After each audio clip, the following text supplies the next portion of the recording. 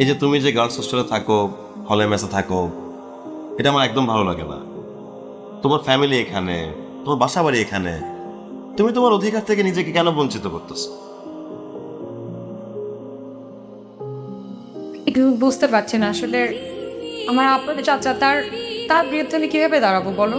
বুঝলাম তোমার আপন চাচা, এটা তোমার আপন চাচাও তোমাদের সাথে ভালো কিছু তো করেন নাই। তোমার বাবার সাথে অন্যায় করছেন, তোমার সাথে অন্যায় করতেছেন। আমি তো সন্তান হিসাবে কখনোই চাই না আমার বাবাই অন্যায়টা কন্টিনিউ করে যাক, আমি চাই এটা থেমে যাক। শুধু তোমার বাবা তোর আমার হ্যাঁ ঠিক আছে, পৃথিবীর সমস্ত সন্তানের কাছে তার বাবা বেস্ট, আমার বাবা আমার কাছে বেস্ট। সে দারুণ মানুষ, কিন্তু তার দোষগুলো থাকলে তার বিরুদ্ধে দাঁড়ায় কথা বলতে হবে না। যেভাবে বলতেছি, যেভাবে প্ল্যান করা আছে সেভাবে করো।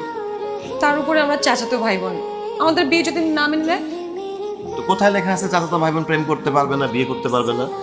অবশ্যই আমরা বিয়ে করতে পারবো, ফ্যামিলিতে নিয়ে কথা বলবো, আমরা ফেস করবো এটা নিয়ে। শোনো, স্ট্রং হও, ইমোশনালি আরো স্ট্রং হওয়া দরকার তোমার। অবশ্যই আমি পারবো, যেভাবে যেভাবে প্ল্যান করছি তুমি করতে পারবে না বলো? পারবো যদি তুমি পাশে থাকো। আমি পাশে আছি।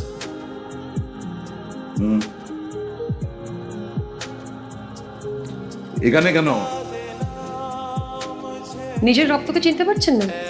আব্বা, আব্বা কি বলে? মানে নিজের রক্ত বলতে তোমার কি অন্য কোনো বউ ছিল, অন্য কোনো সন্তান? আমার পায়ের নিচে কিন্তু স্যান্ডেল আছে, স্যান্ডেল দিয়ে একদম পিটা দিব। বলছি না বড়দের কথার মধ্যে ছোটরা চুপ থাকে, চুপ থাক। আমি ছোট। এখানে কেন? আমি মেডিকেল হোস্টেলে থাকতাম, ওখানে এক রুমের মধ্যে অনেক মেশার থাকতে হয় আর প্রত্যেকটা মেয়ের মাথায় অনেক উকুন। আমার একটা সেপারেট রুম দরকার, আর যেহেতু আমার বাপ দাদার ভিটা এখানে আছে তাই চিন্তা করলাম এখানেই থাকবো, এটা অনেক কমফোর্টেবল। বাহ বাহ বাহ। এটা কি 5 স্টার হোটেল নাকি যে ইচ্ছা হইলো আর হুট করে চলে আসলাম, বললাম যে এখানে থাকবো? বাপ দাদার ভিটা 5 স্টার হোটেল থেকেও দামি, আমি এখানেই থাকবো, দ্যাটস ফাইনাল। আব্বা কি বলে? এটা আমার বাপদাদার ভিটা মানে? এই চুপ থাকতে বলছি না, চুপ থাক। বড়দের কথার মধ্যে ছোটরা কথা বলে না। আমি ছোট? ছিল, ওইটা বাপদাদার ভিটা ছিল, কিন্তু এখন নাই। এখন এটা আজগুর আলীর বাড়ি, আর আজগুর আলীর বাড়িতে আজগুর আলীর পারমিশন ছাড়া কেউ ঢুকতেও পারে না, কেউ বাইরে হইতে পারে না। আপনাদের এখানে গেস্ট রুম আছে? না। আছে তো, অবশ্যই আছে, তবে একটু নোংরা আর কি। কোনো প্রবলেম নেই, ওটা পরিষ্কার করে আপনি ওখানেই থাকবেন, আমি আপনার রুমে থাকবো।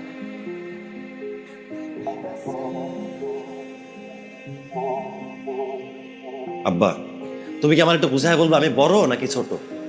চুপ করে আছো কেন বলো? ছোটদের কথা বলার সময় বড়দের শিখতে হবে। আমি দুইটা কনফিউশনে আছি, আমি বড় নাকি ছোট? আমার কি চুপ করে থাকা উচিত নাকি কথা বলা উচিত? দ্বিতীয় কনফিউশন হচ্ছে এই মেয়েটা কে, হঠাৎ করে আমাদের পাশে এসে কি চাইতেছে? সে কেন বলতেছে তোমার সাথে তার রক্তের সম্পর্ক? কি সমস্যা? খাবার দাবার কই? খাওয়া দাওয়া করবো না মানে আব্বা ডায়েটে আছে আর কি। আব্বার সুগার লেভেলটা আপ অ্যান্ড ডাউন করে, তো ডক্টর বলেছে যে 15 to 16 আওয়ার্স ফাস্টিং করতে। উনি খাবার খাচ্ছেন না, সংযম করছেন, তাই না আব্বা? কখন? এখন? তার মানে আপনাদের টাকা পয়সা নাই, আপনারা গরিব বলে খাচ্ছেন না? কি বললেন আমরা গরিব? হোয়াট ইজ গরিব? আপনি জানেন আমার আব্বার কাছে কত অর্থ সম্পত্তি আছে? না নাই। অবশ্যই আছে আব্বা। এক সপ্তাহ আগে আমরা 10 কাঠা জমি কিনছি। আমাদের ব্যাংক অ্যাকাউন্ট, আমার আব্বার ব্যাংক অ্যাকাউন্টে 60 থেকে 70 লাখ টাকা নিম্নে এফডিআর করা আছে। না নাই, সব কিছু আমি একটা পোস্টারে ছাপাই দিই, তুই এলাকায় এলাকায় গিয়া লক্ষায় দিয়া, তাহলে সবাই একসাথে দেখে দেখবো। ও না, তাহলে তো আবার চোর ডাকাতে জেনে যাবে, তখন তো আবার হামলা করবে, সব কিছু তো নিয়ে যাবে। বাদ দেখছস কি তুই? হ্যাঁ, একদম সালে এভাবে রাতে গেল। চলে এভাবে কে আব্বা? আমার আম্মা। যাক, কিছু অন্তত আপনার মনে আছে। কি বলো, মনে থাকবো না? সালেহা ভাবি কত আদর করে আমার একদম মুখে তুলে খাওয়াইতো। মনে আছে একবার ঈদে বড় ভাইজানের বেতন হয় নাই, বাজার সদাই করতে পারে নাই। আমি নামাজ পড়ে আইসা মুরগির রোজ দিয়া পোলাও খামো, কি শীত করবে কান্না। কিন্তু ভাবি ঠিকই করতে গেছেন একটা মুরগি জোগাড় কইরা আমার জন্য মুরগির রোজ পাকায় নিয়ে আসছে। খাটে মাফি। আর সেইভাবে মৃত্যুর পর আপনি একটাবার দেখতেও যাননি। কতবার ফোন দিয়েছিল আপনাকে জানেন? মরার আগে একবার আপনার সাথে কথা বলতে চেয়েছিল, একটাবার আপনাকে দেখতে চেয়েছিল। তার ছেলে মেয়ে কোথায় গেল, কোথায় গিয়ে দাঁড়ালো, বাঁচলো মরলো, কোনো কিছুরই আপনি খোঁজ খবর নেননি। তার কোনো ছেলে ছিল না, আপনাকে নিজের ছেলের মতো দেখতো। বসেন, খাবার ছেড়ে উঠতে হয় না।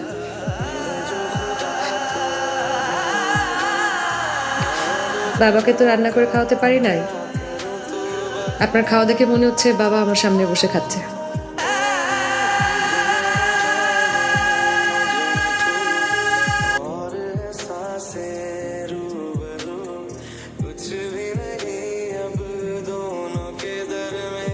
দুলাভাই কি এত চলে তোলা আপনি ঠান্ডা রোদের পর ছাদের মধ্যে কি করতেছেন? চলে চলেন। আরে আমার জন্য এখন নিচে উপরে সব সমান যন্ত্রণার মধ্যে আছে, সেই জন্য আমি ঠান্ডা রোদের মধ্যে পাইসারি করি। ঘুম করে ভালো আরে ডরায় না দুলাভাই, বললাম তো ঘুম করুন না, ঘুম করুন। আচ্ছা ওরা আশেপাশে চাই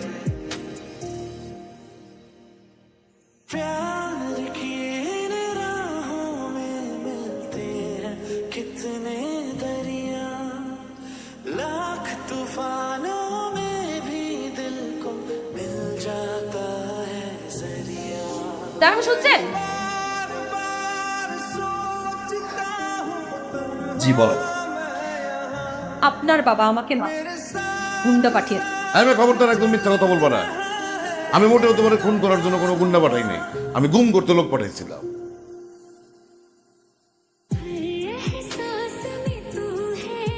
ছি ছি ছি ছি, তুমি গুম করতে তাকে লোক পাঠাইছো তুমি?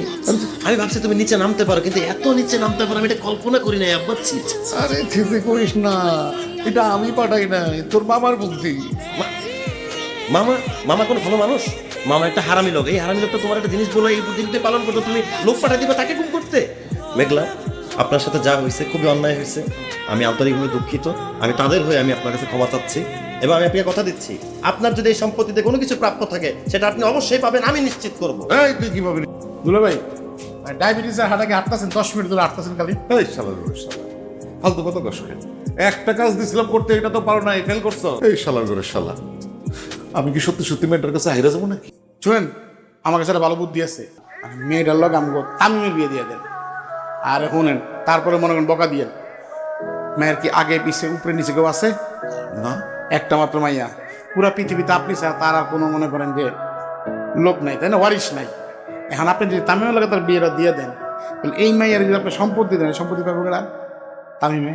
হ্যাঁ তাই তো, তামিমের কাছে তো থাকবো। আর তামিমের সম্পত্তি কার?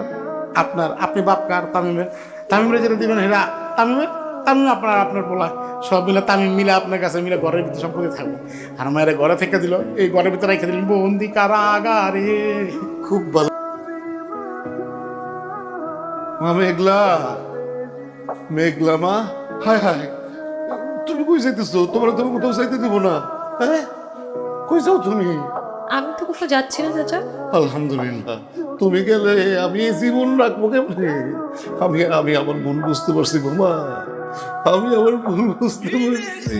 আমি আমি সত্যি অত্যন্ত নিশ্চিত পাষণ্ড প্রকৃতির একটা মানুষ। আমি পারতাম তোমার মাথার ছায়া থাকতে, কিন্তু পারলাম না। আমি আমি তোমার কাছে মাপ চাই বোমা, তোমার কাছে মাপ চাই, তুমি আমার মাপ দিও না। কেন, মানে ওভার অ্যাক্টিং কেন করতেছেন চাচা?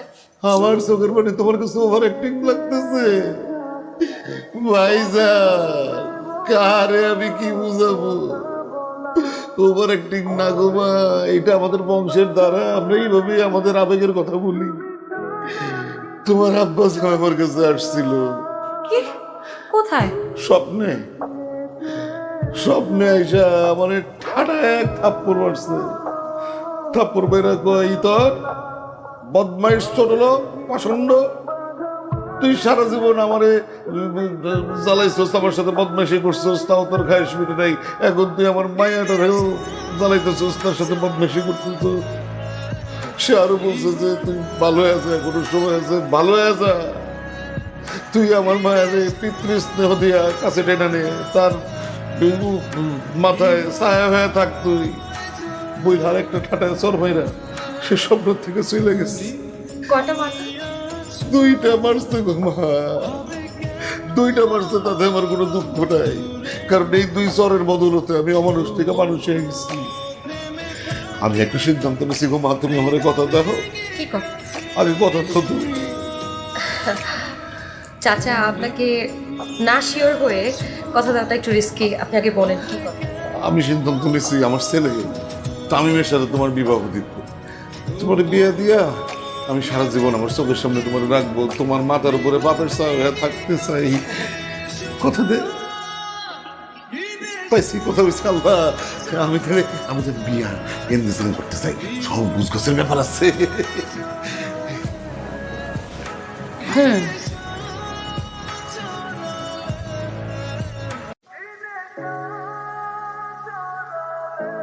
অনেক খুশি।